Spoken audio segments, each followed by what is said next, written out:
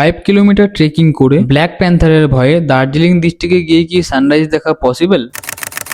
তাহলে গল্পটা শুরু করি। সময় তখন 2:30 আমরা চার পাণ্ডব ডট 3টে বাজার পর রওনা দিই টাইগার হিলের উদ্দেশ্যে। 63 কিলোমিটারের ডিস্টেন্স ছিল শিলিগুড়ি থেকে। কার্সেং জিরো পয়েন্টে আমাদের পৌঁছতে 1 ঘন্টা 15 মিনিট লেগেছিল। 4:15 বেজে গিয়েছিল। সময় বেশি ছিল না। কার্সেং থেকে 30 কিলোমিটারের ডিস্টেন্স ছিল টাইগার হিলের। 50 মিনিটের মধ্যে আমরা 25 কিলোমিটার কমপ্লিট করে নিই। যেখান থেকে টাইগার হিলের আপ হিলের টার্নিংটা নেব সেখানেই পুলিশ আটকে ছিল, কারণ এখান থেকে বাইক অ্যালাউ করে না। 5 কিলোমিটারের ট্রেকিংটা শুরু করি আমরা চার পাণ্ডব। একেই তো চিতাবাঘের ভয়ে, তার মধ্যে আমরা ফোনের ফ্ল্যাশ জ্বালিয়ে নিজের রিস্ক নিয়ে এগিয়ে যাচ্ছিলাম। তখন টেম্পারেচার চলছিল 2 থেকে 3 ডিগ্রি, ঠিক আছে, প্রচন্ড ঠান্ডা ছিল। আকাশ তখন পুরো লাল হয়ে গিয়েছিল, ভাবলাম সানরাইজটা হয়েই যাবে। ঠিক তখনই আমাদের লম্বম্যানকে নিয়ে দিলাম দৌড়। সবাইকে সেটা ভাঙা ভালোবাসা।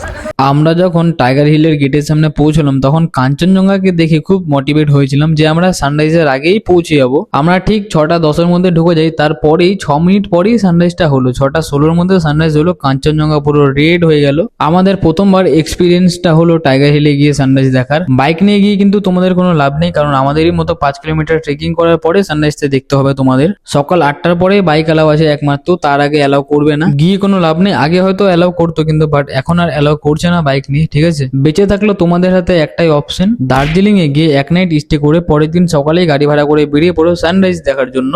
ওয়েদার ক্লিয়ার থাকলে কাঞ্চনজঙ্ঘা দেখতে তো পাবে, তার পাশাপাশি দেখতে পাবে মাউন্ট এভারেস্ট। এত রিস্ক নিয়ে এত রাত্রেবেলা এত ঠান্ডার মধ্যে বাইক নিয়ে বেরিয়েছি, একটু মজা তো করতে হবেই বস। আসলে ব্যাপারটা হয়েছে কি, এরা জানতো না যে আমি এদেরকে ব্ল্যাক প্যান্থারের রাস্তা দিয়ে নিয়ে গিয়েছিলাম। রিটার্ন করার সময় যখন আমি কথাটা বললাম তখন ওদের রিয়াকশন কিছুটা এইরকম ছিল। ভিডিও ভালো লেগে থাকলে অবশ্যই একটা লাইক আর শেয়ার করতেই পারো। Thank you.